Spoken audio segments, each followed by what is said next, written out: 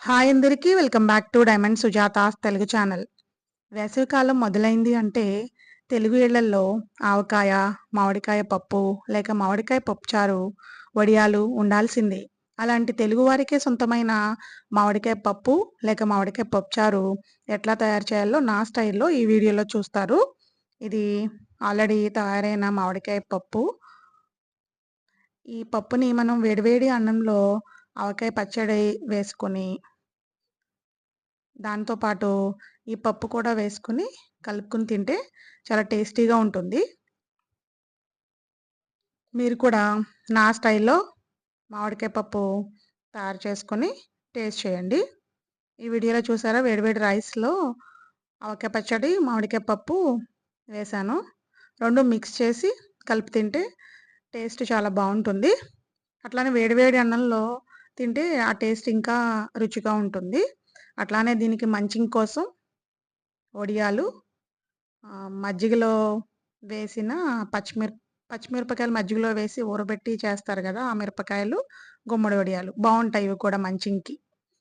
మొదటగా ఏం చేయాలంటే ఒక మామిడికాయని కట్ చేసుకుంటే పీసెస్ ఇన్నొచ్చినియి నాకు. వాటిని వాటర్‌లో ములిగే వరకు వేసి బాయిల్ చేయాలి. ముక్క మెత్తబడే వరకు ఉడికిస్తే సరిపోతుంది. తర్వాత ఒక గ్లాస్ కందిపప్పు తీసుకొని దీంట్లోకి 4 లేక 5 మనం తినే కారాన్ని బట్టి పచ్చిమిర్చి యాడ్ చేసుకోవాలి. ఈ పచ్చిమిర్చి మజ్జిగ కట్ చేసుకోవాలి. నేను మర్చిపోయాను కట్ చేయడం. దీంట్లో ఒక గ్లాస్ కందిపప్పుకి 2:30 గ్లాసులు వాటర్ పోసి ఒక 15 మినిట్స్ నాననివ్వాలి. తర్వాత స్టవ్ ఆన్ చేసి 3 విజిల్స్ వచ్చే వరకు మెత్తగా కుక్ చేసుకోవాలి. పప్పు ఈ విధంగా కుక్ అవుతుంది. ఈ కుక్ అయిన పప్పుని మెదుపుకోవాలి. గరిటెతో కానీ, లేకపోతే చెక్క కవ్వంతో కానీ మెదుపుకోవాలి. తర్వాత ముక్కలు కూడా ఉడికిపోయినాయి చూసారా? అవి పక్కన పెట్టుకొని, ఒక స్పూను బటర్ వేసుకొని, బటర్ కరిగాక బటర్ కానీ, నెయ్యి కానీ, ఆయిల్ కానీ మన ఇష్టం. బటర్ ఉంటే ఇంకా టేస్టీగా ఉంటుంది. దీంట్లో పావు టేబుల్ స్పూన్ ఇంగువ వేసుకొని, దాంట్లోనే 5 లేక 6 వెల్లుల్లి రెబ్బలు వేసుకొని, కరివేపాకు, రెడ్ చిల్లీ పీసెస్, అట్లానే పోపు దినుసులు, ఆవాలు, జీలకర్ర,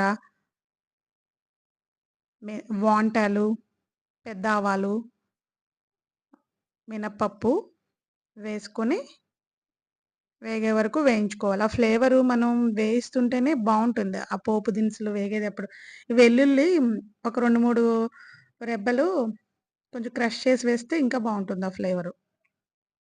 ఇవి కొంచెం వేగే వరకు వేయించుకొని, తర్వాత దీంట్లోనే హాఫ్ టేబుల్ స్పూన్ పసుపు యాడ్ చేసుకోవాలి. తర్వాత మనకి రెడ్‌గా ఉండడం కోసం పప్పు లేక పప్పుచారు, ఒక table spoon red chilli powder add చేసుకోవాలి. ఇది కారంగాను ఉంటుంది. చూడడానికి రెడ్‌గా బావుంటుంది. తర్వాత ఉడికిన మెదుపుకున్న పప్పుని ఈ ముక్కల్ని దీంట్లో యాడ్ చేసేసి బాగా యాడ్ అయ్యేలాగా కలుపుకోవాలి. తర్వాత తగినంత సాల్ట్ వేసుకొని కలుపుకోవాలి బాగా. తర్వాత ఈ పప్పుని ఒక 10 మినిట్స్ అట్లా కుక్ అవ్వనిచ్చి, అవసరమైతే వాటర్ కూడా యాడ్ చేసుకొని సాల్ట్ సరిపోయిందో లేదో చూసుకొని, ఈ గుత్తితో కానీ, గరిటెతో కానీ బాగా మెదుపుకొని మనకి పప్పులాగా కావాలంటే పప్పుచారులాగా కావాలంటే కొంచెం వాటర్ యాడ్ చేసుకొని, ఇట్లా పప్పు గుత్తితో బాగా కలుపుకొని, పీసెస్ కొన్ని క్రష్ చేసుకుంటే మనకి పులుపనేది దిగి బావుంటుంది పప్పు. ఈ విధంగా కుక్ చేయాలి.